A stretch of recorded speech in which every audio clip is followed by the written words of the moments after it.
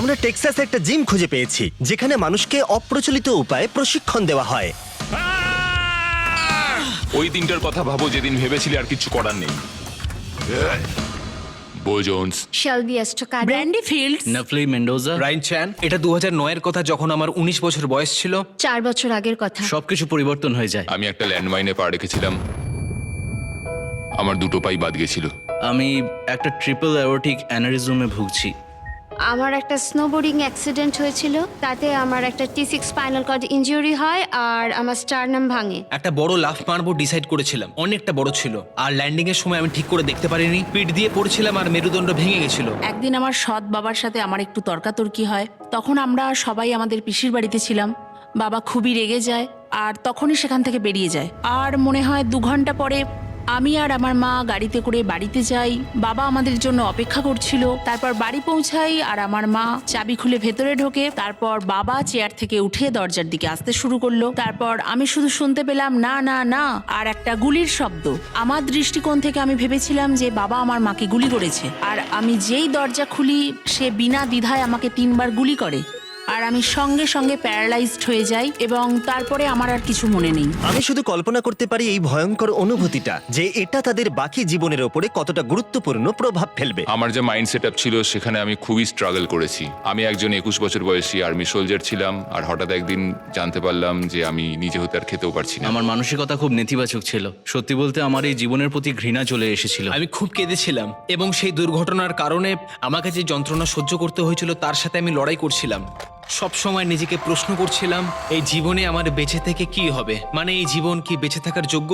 আমি একজন অ্যাম্পিউটি হিসেবে জুজুৎসু করতাম, আর এটা নিয়ে আমি এগোতে চেয়েছিলাম। একদিন আমি ট্রেনিং করছিলাম এবং সেই ট্রেনিংটা খুব বাজে হয়েছিল। আমি তারপর গাড়িতে ফিরে যাই আর আমি নিজেকে শেষ করতে চাইছিলাম। অ্যাক্সিডেন্টের পর প্রায় 10 বছর ধরে আমি এইভাবেই ঘুম থেকে উঠেছি, আর প্রত্যেকদিনই মনে হয়েছে আজকেই আমি নিজেকে শেষ আমার করব। মনে আছে ঘুম থেকে উঠে দেখি আইসিইউতে আছি এবং তারা আমাকে বলেছিল আমার বুক থেকে পুরোটা প্যারালাইজড। কিন্তু এর পরেও তাদের জীবনে এমন কিছু ঘটেছিল যে তাদের হতাশা অনেক গুণ বেড়ে গেছিল। কিন্তু তারা হাল না ছাড়ার সিদ্ধান্ত নিয়েছিল। তারা কঠিন লড়াই করে নিজেদেরকে উন্নত করবে বলে ঠিক করেছিল। আমি সঙ্গে সঙ্গে তাদের বললাম আমি হাঁটতে যাচ্ছি এবং 6 দিন পরে আমি আমার ডান পায়ের বুড়ো আঙুল নাড়াতে শুরু করি। আর আমার মনে আছে আমি প্রথম পা রেখেছিলাম 11ই জুলাই। তবে আমি মাটিতে পা রেখেছিলাম সাহায্য নিয়ে, কিন্তু তবুও ওটা আমার প্রথম পদক্ষেপ ছিল। যদি আমি অতীতে গিয়ে নিজেকে বলতে পারতাম যে আমি ঠিক হয়ে যাব, তাহলে আমি ওটা একদম বিশ্বাস করতাম না। আর বিশেষ করে এটা যে আমি একদিন প্লেন ওড়াতে পারবো এবং আমি আমার সব থেকে ভালো বন্ধুর সাথে একটা কোম্পানি শুরু করব এবং বাবা মা আমার উপর গর্বিত হবে। আমি সেই সব মানুষের সাথেই মেশা শুরু করলাম যারা আমাকে পজিটিভ ফিল করাতো। আমি কখনোই নিজেকে সেই রকম ভাবে অসহায় এবং দুর্বল অনুভব করতে চাই না। আমার নিজের জন্য কষ্ট পাওয়া বন্ধ করতে হয়েছিল। আমরা যেগুলো করতে পারি আর করতে পারি না সেই বিষয় নিয়ে কথা বলি, কিন্তু আমি বিশ্বাস করি এমন কিছু নেই যা আমরা করতে পারি না। শুধু একটা গুরুত্বপূর্ণ উপায় খুঁজতে এই হবে। সমস্ত অ্যাথলিটদের মানসিকতা পরিবর্তনের কারণ ছিল একটা জিম যার নাম ছিল এটিএফ। 10 বছর আগে এটি প্রতিষ্ঠা করেছিলেন ডেভিড ভোবোরা, একজন প্রাক্তন এনএফএল প্লেয়ার, যিনি একটি সুযোগ পেয়েছিলেন যা সবকিছু বদলে দিয়েছিল। আমি যদি এটা বলতে পারতাম যে এটা একটা খুব বড় বিজনেস প্ল্যান, কিন্তু এটা নয়। তিনি যখন প্রথম শুরু করেছিলেন এটা, তিনি ট্রাভিস মিলসের সাথে দেখা করেছিলেন। তিনি একজন অ্যাম্পিউটি ছিলেন যিনি যুদ্ধে তার 4টি অঙ্গ হারিয়েছিলেন।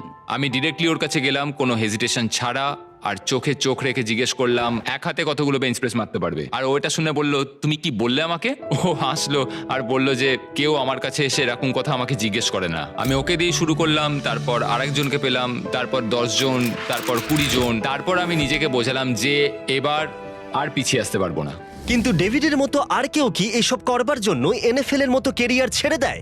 তবে এর উত্তরটা অতীতে রয়েছে। 16 বছর আগে ডেভিড ভোবোরা এনএফএল এ তার কেরিয়ার শুরু করেছিলেন এবং খুব অল্প সময়ের মধ্যেই তিনি খ্যাতি অর্জন করেছিলেন। কিন্তু হঠাৎই এই সমস্ত সম্ভাবনা একটা বড় প্রশ্নচিহ্নের মুখে পড়ে গেছিল। কাঁধে ভয়ঙ্করভাবে আঘাত লাগার ফলে ডেভিডকে হসপিটালে ভর্তি করা হয়েছিল এবং তাকে পেন কিলার দেওয়া হয়েছিল, এবং তিনি ওপিওড ক্রাইসিসে আক্রান্ত 16 মিলিয়ন মানুষদের মধ্যে একজন হয়ে গেছিলেন। এবং রিহ্যাবে যাওয়ার পরে এটা পরিষ্কার হয়ে যায় যে তার প্রো ফুটবল খেলা বন্ধ হতে চলেছে। আমি প্রায় অনেক রকমের ড্রাগস জীবনে ইউজ করেছি, আর এমন কোনো ড্রাগ নেই যেটা আমেরিকান প্রো ফুটবলের থেকে বেশি পাওয়ারফুল। ট্যাকেল করা, স্টেডিয়াম থেকে চেল্লানো, এর থেকে ভালো অনুভূতি আর কিছুতেই নেই। তোমার মনে হবে যেন তুমি আকাশের মধ্যে রয়েছো, তুমি সবচেয়ে শক্তিশালী, সবচেয়ে পাওয়ারফুল। আমার দারুণ লাগতো, কিন্তু সেটা কিছুক্ষণের জন্যই। আর তখনই আমার মনে হতো আবার এই অনুভূতিটা পেতে গেলে আমার ড্রাগস নিতেই হবে। ওটাতে আর আমি এখন যা করছি তার মধ্যে পার্থক্য হলো, যখন কেউ ওই বেলটা বাজায় তখন আমি বুঝতে পারি যে আমি কিছু করতে পেরেছি কারোর জন্য।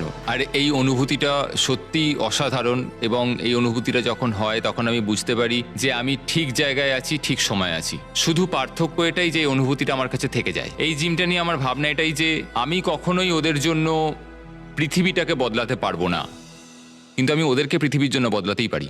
তাই স্বাভাবিকভাবেই আমরা ডেভ এবং এটিএফ অ্যাথলিটদের সম্পর্কে জানতে আগ্রহী ছিলাম। তাই আমি ড্যান এবং ড্যারেনকে টেক্সাসে পাঠিয়েছিলাম কিভাবে বিস্ট ফিলান্থ্রপি সাহায্য করতে পারে। এটিএফ হলো শারীরিক অথবা আঘাতজনিত প্রতিবন্ধীদের জন্য একটা ফ্রি জিম। এখানকার বিশেষত্ব হলো তাদের সিস্টেম, যাকে তারা বলে সোয়েট ইকুইটি। এখানে সব থেকে বড় ব্যাপার, আমরা এখানে সবাই মিলে ওয়ার্কআউট করি এবং একসাথে ঘাম ঝরাই।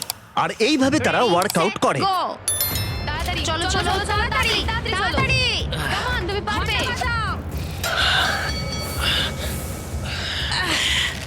একই অনুভূতির লোকেরা একে অপরকে সাহায্য করার অভিজ্ঞতাটাই আলাদা, কারণ তারা একে অপরের অসুবিধাটা বুঝতে পারে। এই শেয়ার্ড এক্সপিরিয়েন্স আর আন্ডারস্ট্যান্ডিং অ্যাথলিটসদের একটা এমন কমিউনিটির জন্ম দিয়েছে যাতে এক একজন ব্যক্তি তাদের হাইয়েস্ট পটেনশিয়ালে পৌঁছতে পারে। আমরা তখন বেল বাজাই যখন আমাদের নিজেদের পার্সোনাল পিয়ার হিট করি, মানে আমরা যেটা কখনো করতে পারবো না ভাবি, যখন সেটা করে ফেলি তখন বাজাই। আর সেই মুহূর্তটা সবাই সেলিব্রেট করে, আর সবাই তখন জিম করা বন্ধ করে ইয়ে করে চিয়ার আপ করে। এটা আমাদের জন্য একটা খুব ইম্পর্ট্যান্ট লেসন, যে আমাদের নিজেদের লড়াই এবং অ্যাচিভমেন্ট অন্য কারুর মনোবল বাড়াতে সাহায্য করছে। কখনো এটা মনে হয় যে অন্যদের সাহায্য করতে গিয়ে আমরা নিজেদেরকেই সাহায্য করছি। আমি অ্যাডাপটিভ ট্রেনিং ফাউন্ডেশনে আসার একটা সুযোগ পেয়েছি, আর এটা আমার জীবনটাই বদলে দিয়েছে। যখন ওয়ার্কআউট প্রায় শেষ, তখন ব্র্যান্ডি একটা নতুন পার্সোনাল ওয়েট লিফটিং রেকর্ড করার চেষ্টা করছিল। আমার মনে হচ্ছিল আমি পারবো না, কিন্তু তাও আমি চেষ্টা করলাম। আরেকটুর জন্য হলো না। সবাই আমার কাছে চলে এসেছিল আর আমাকে চিয়ার আপ করছিল। তুমি পারবে। আমি অনেক চলো। সাপোর্ট পেয়েছি। আমার তখন মনে হচ্ছিল যে এই ওয়েটটাকে তোলার জন্য আমি সব কিছু করতে পারি। চলো চলো, হয়ে যাবে, চলো চলো, আরেকটু চলো। এই তো, তুমি পেরেছো, খুব ভালো, তুমি পেরেছো ব্র্যান্ডি। আমার গর্ব এদের মধ্যে হচ্ছে। থেকে প্রত্যেকে এটা ঠিক করেছে যে তারা নিজে থেকে হার মানবে না, আশা ছাড়বে না, ভেঙে পড়বে না, বরঞ্চ তারা উঠে দাঁড়াবে এবং এই যে নতুন পরিস্থিতি যা তাদের সামনে এসেছে তারা সম্মুখীন হবে। তুমি পেরেছো। আমি পেরেছিলাম, আর আমার সত্যি দারুণ লাগছিল। এটা এমন একটা জিনিস ছিল যেটা আমি ভাবিনি কোনোদিনও করতে পারবো। কিন্তু 220 পাউন্ড তোলা খুব একটা সহজ ছিল না। এই সমস্ত অ্যাথলিটদের অবিশ্বাস্য মনোবল দেখার পরে আমরা ঠিক করেছিলাম ডেভ এবং এটিএফ জিমকে কিছু একটা সারপ্রাইজ দেব। আর তার জন্য ড্যান এবং ড্যানেন একটা গেম সেট আপ করলো। নিয়মটা বুঝে নাও, এদিকে এসো। যতবার তুমি এটা আমার হাতে ক্যাচ দিতে পারবে, প্রত্যেকবার আমি তোমাকে $50,000 করে দেব। $50,000 যদি তুমি ধরতে পারো। যতবার তুমি মিস করবে তুমি আমাকে $1,000 করে দেবে। কতটা দূর থেকে ছুটতে হবে? তুমি যেখান থেকে খুশি ছুটতে পারো। 50,000। হ্যাঁ, ও জানতাম এরকম কিছু একটা হবে। লাস্ট থ্রোটা ডেভিডকে ড্যানের উপরে নির্ভর করে থাকতে হবে, কারণ ড্যারেনের কাছে একটা টুইস্ট ছিল। যদি ড্যান মিস করে তাহলে তুমি কিচ্ছু পাবে না। ড্যান কি এই প্রেশারটা সামলাতে পারবে সেটা তোমরা নিজেরাই দেখে নাও।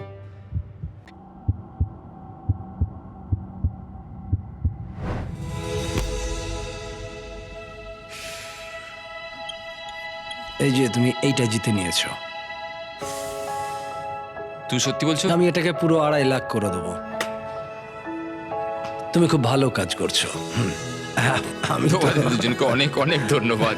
একটা প্রবাদ আছে যে চরিত্র লোহার মতো হয় আর সেটাকে আগুনে পুড়িয়ে তৈরি করতে হয়। এনাদের মধ্যে অনেকেই এটা বলেছিলেন যে তারা যদি কখনো সুযোগ পান তারা সময়ে পেছনে গিয়ে তাদের সঙ্গে যে দুর্ঘটনা ঘটেছে সেটা তারা আটকাতে চান না। আর এটা খুবই আশ্চর্যের ব্যাপার। এটা আমার কাছে খুব ইন্সপায়ারিং ঘটনা, আর আমি যতবার শুনি আমার গায়ে কাঁটা দিয়ে ওঠে। পৃথিবীতে কোনো কিছুই কোনো কারণ ছাড়া ঘটে না। আমি যদি বোমটার ওপর পা না রাখতাম আমি কখনো জানতেই পারতাম না যে আমি নিজে হতে ঠিক কি কি করতে পারি, আর তার সাথে এটাও বুঝতে পারতাম না যে আমি পৃথিবীকে কতটা পজিটিভলি ইনফ্লুয়েন্স করতে পারি। আমার ইনজুরি হওয়ার পর থেকে আমি এখন যে অবস্থায় আছি, এখন আমার পৃথিবীতে বেঁচে থাকার উদ্দেশ্য রয়েছে, আর এখন আমার মনে হয় আমি আগের থেকে অনেক বেশি শক্তিশালী। এই ট্রমাগুলি তাদের জীবনে যে কোনো অবস্থায় যে কোনো বাধার সম্মুখীন হওয়া এবং কখনো হাল না ছেড়ে দেওয়ার শিক্ষাই দিয়েছে।